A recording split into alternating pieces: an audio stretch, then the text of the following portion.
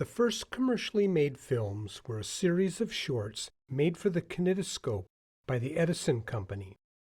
This video is about those shorts. My name is Alan, and this is a special video presentation of Matinees on Main Street, the podcast about the history of the movies from the beginning. The man in the picture is Thomas Edison, the great inventor, one of the greatest men of his time, according to many of his contemporaries. The idea of the kinetoscope was his, and it was his name that was on the company that developed the machine as well as manufactured it. This man is William Kennedy Laurie Dixon, Laurie to his friends. He was the man that Edison assigned to develop the kinetoscope. Dixon thought the concept was wrong, but it was what his boss wanted. Between the two men, a peephole viewing machine was created. This is the kinetoscope. It held a long loop of film with images shot at a rate of 40 per second. It was 4 feet tall and had a light for viewing. Most people had to stoop over to view the films, which ran from about 20 seconds to 40 seconds.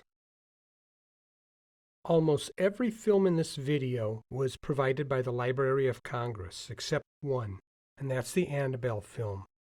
And I don't know why they don't have it in their archives. The first of the Edison films that were made in 1894 showed Fred Ott, one of Dixon's co-workers, sneezing. Ott was one of several men working on the moving machine project at that time and happened to have the loudest sneezes in the facility. This film clip was too short to have been placed in the kinetoscopes, but it was used in demonstrations. The Edison Company's first truly commercial film strip was The Barber Shop. Like The Sneeze, it was made at the beginning of 1894.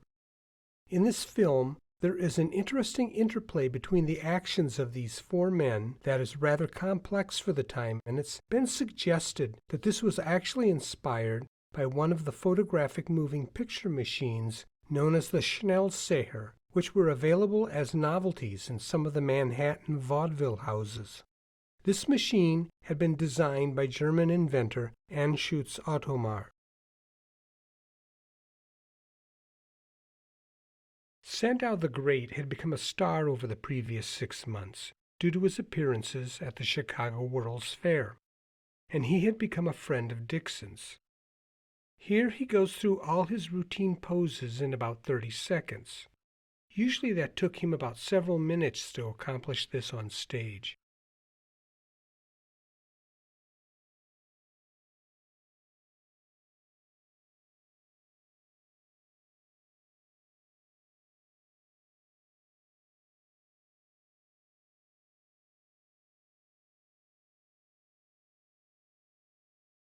The Spanish dancer known as Carmen Sita was another popular star of the early 1890s. She had appeared before royalty in Spain and had been painted by famous artists of the time. Not long after her appearance in front of the Edison camera, she returned to Spain. This film is part of the Leonard Cushing fight.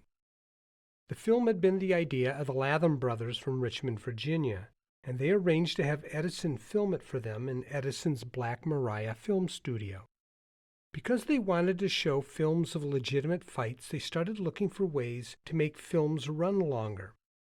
This would have a definite effect on the run time of future films.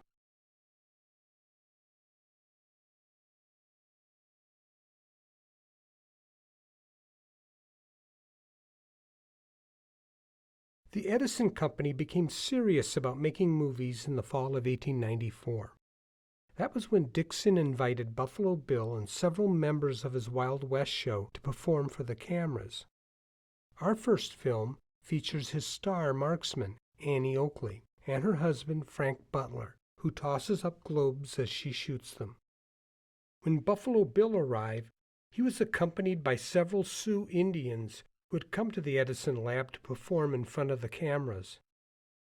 There was a growing interest in Native American culture now that they were disappearing from American society, and 3 dancers as well as 2 drummers perform the Sioux Ghost Dance. Bucking Bronco is the first Edison film to be shot outside of the Black Maria film studio. Although I don't know where it was filmed, my guess is that the Edison people took the camera to the Buffalo Bill Wild West show in Brooklyn. This oddity was Professor Welton's Boxing Cats. It somehow merged two vaudeville genres, comic boxing routines and animal acts. The Edison studio had also filmed a number of animal fights of a less humorous nature, such as a cockfight with two men betting and a terrier killing rats. Louise Martinetti was a contortionist on the gymnast rings, although he was not as extreme as Ina Bertoldi, who I talk about in my podcast about Kinetoscope films.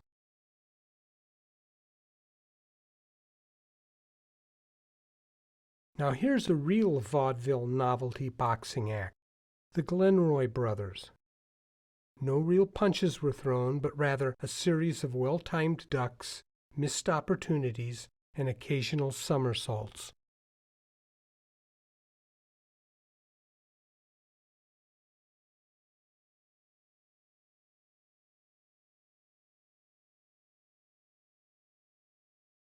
Finally, here is Edison's most popular film, Annabelle Moore's Butterfly Dance. Loie Fuller had made the dance popular, but it was Ms. Moore who appeared a number of times in front of the Edison camera to record the dance. The movie was so popular that all her future films would be hand-colored. You can hear about Ms. Fuller and Ms. Moore on an upcoming podcast episode.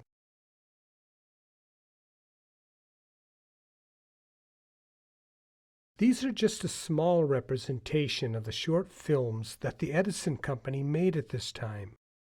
If you're interested in movie history, please visit my podcast, Matinees on Main Street.